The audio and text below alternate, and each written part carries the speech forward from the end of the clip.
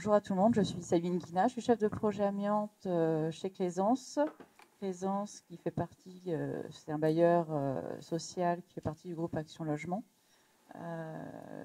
J'anime également, j'ai une mission également déléguée par l'Union régionale Habitat pour animer le groupe de travail des bailleurs des Hauts-de-France. Voilà. Quelques mots au niveau de ma société. Nous sommes donc bailleurs sociaux. Nous avons actuellement 33 000 logements. Nous sommes en cours de fusion. Il y a beaucoup de fusions entre bailleurs en ce moment. Donc nous sommes pleinement concernés, mais nous arriverons bientôt à 50 000 logements dans quelques mois.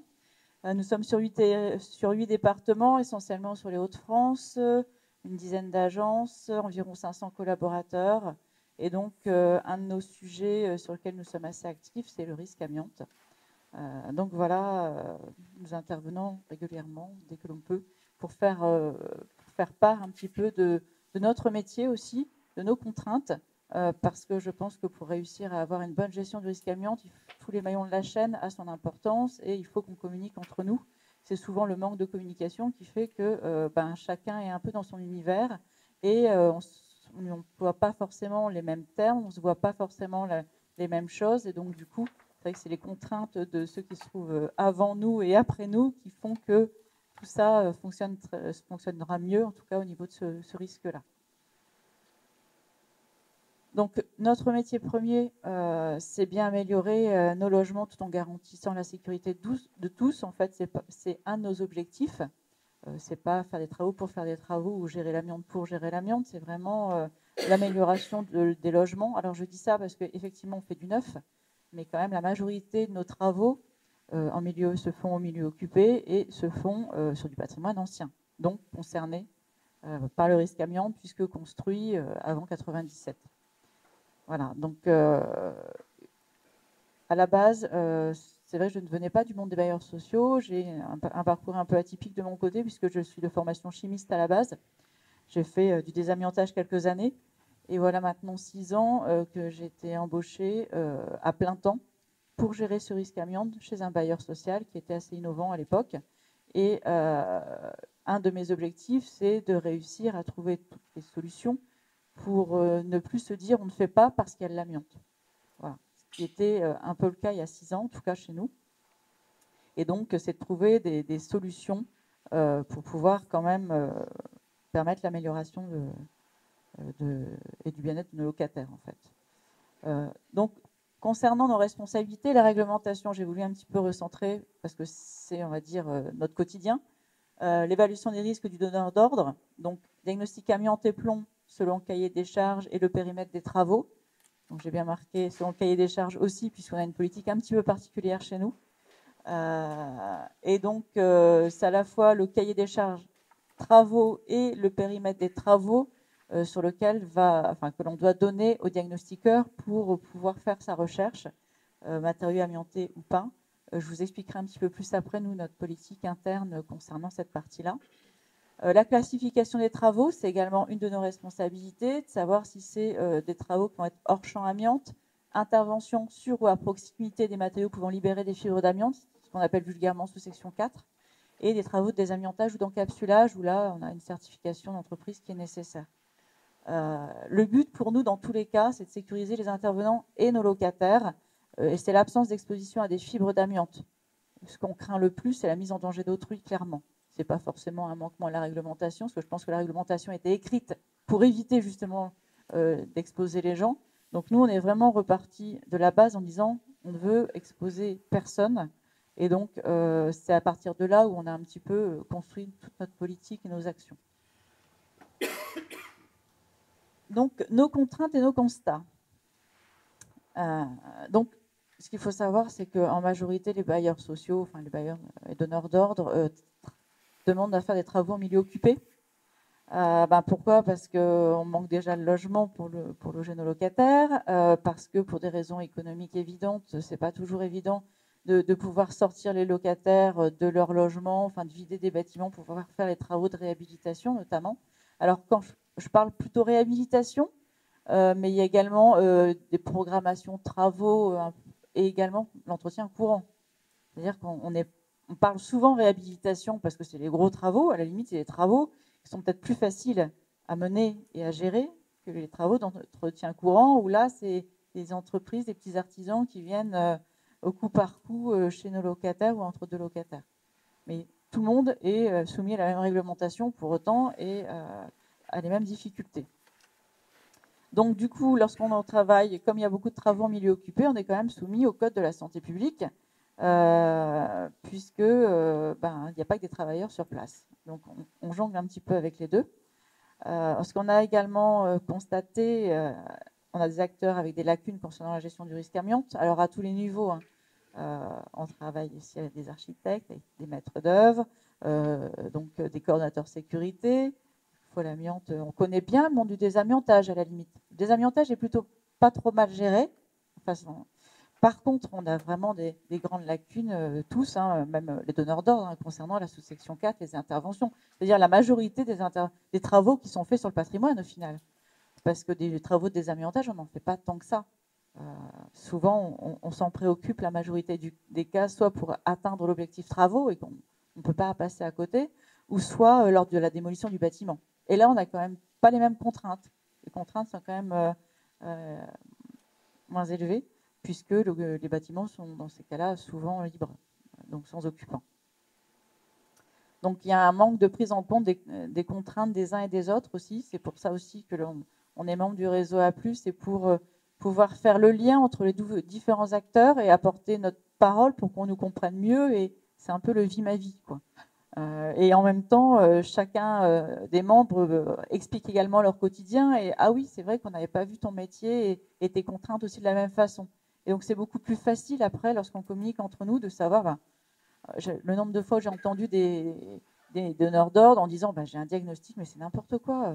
Là, c'est positif, là, c'est négatif. Dans une même pièce, sur une façade, l'enduit, il est positif ou il est négatif. À partir du moment on échange un peu avec diagnostiqueurs, on sait qu'il existe par exemple des enduits de débulage où au petit bonheur la chance on tombe dedans, donc on a des positifs et des négatifs sur des surfaces, sur des façades. Et donc du coup on comprend beaucoup mieux les choses lorsqu'on communique plutôt que de se confronter en permanence. Les difficultés de s'assurer de l'absence de matériaux contenant de l'amiante. Alors là je commence un petit peu à entrer dans notre position, dans notre politique. Globalement on est un petit peu maso chez nous, comme on ne veut pas exposer on veut éviter l'exposition des gens, c'est-à-dire que je rentre dans une pièce, donc dans un bâtiment construit avant 2000, globalement, si je n'ai pas d'informations sur le bâtiment, je vais me dire que tout potentiellement peut contenir de l'amiante, sauf quelques matériaux, voilà, si c'est métallique, mais je me dis, je vais aller faire des diagnostics pour chercher là où il n'y a pas d'amiante, en fait. C'est-à-dire qu'à la base, si je n'ai pas d'informations, je me dis, il y a des précautions à prendre systématiquement. Je vais faire des diagnostics, je vais faire appel à mon collègue diagnostiqueur en disant recherche-moi là, il n'y a pas d'amiante, et je vais croiser les doigts pour qu'il n'y en ait pas, effectivement, pour pouvoir faire plus facilement nos travaux. Mais si je n'ai pas à 100% la garantie qu'il n'y a pas d'amiante, on va demander à l'entreprise d'intervenir au moins par principe de précaution, en prenant des précautions selon un mode opératoire qu'ils auront déterminé à l'avance par rapport à leur propre évaluation des risques.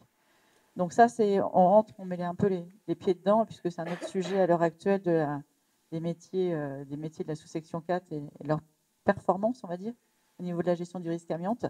Mais la norme, donc il y a une norme qui a été révisée il n'y a pas très longtemps sur comment faire des diagnostics amiante en travaux notamment, ça viendra, mais ne garantit pas un résultat à 100% par rapport à ça, puisqu'il existe des zones de similitude d'ouvrage. Alors si je prends, là je suis à fond dans les enduits, on sait que c'est très hétérogène dans les bâtiments, la présence d'enduits amiantés, d'enduits pas amiantés.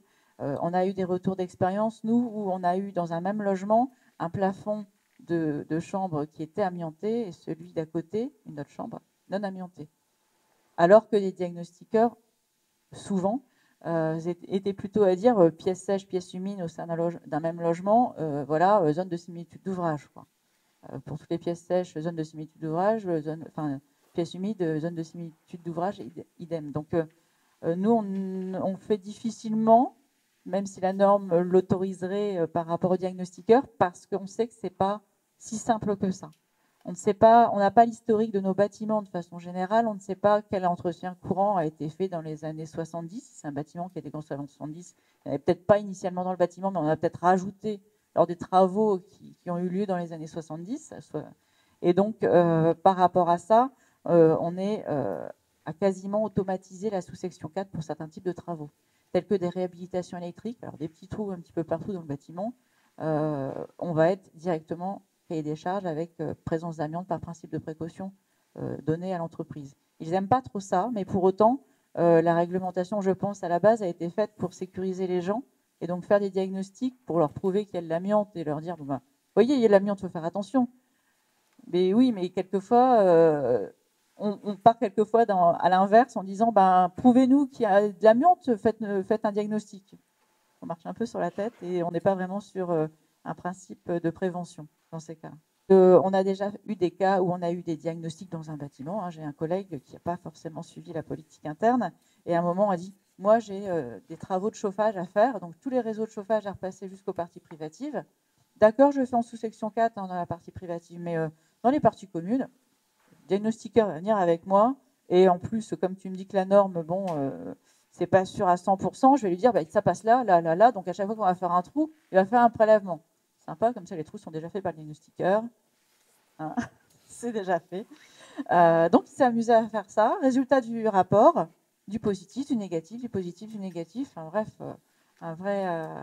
une vraie hétérogénéité des enduits en tout cas. Et il me dit, bon ben voilà, je suis allé avec l'entreprise sur place, l'entreprise qui va faire les travaux. Bon, au final, on va tout faire en sous-section 4, hein, parce que c'est un peu difficile pour eux de gérer. Là, c'est avec amiante, là, c'est sans amiante, etc. Donc au final, on a payé un diagnostic à quoi? À pas grand-chose au final. On aurait mieux fait de partir sur un principe de précaution si on aurait hein, non, mais au niveau de la réglementation, on était bon, mais au niveau de la prévention, pas tant que ça, si on avait suivi la chose. Donc peu de références de processus sécurisés, et donc on a également à travailler avec d'autres bailleurs pour aider les entreprises à savoir comment faire et gérer la sous-section 4. Donc transmission des rapports. Donc de notre côté, en tout cas, lorsqu'on doit lancer les travaux, on fait la synthèse de toutes les données que l'on a.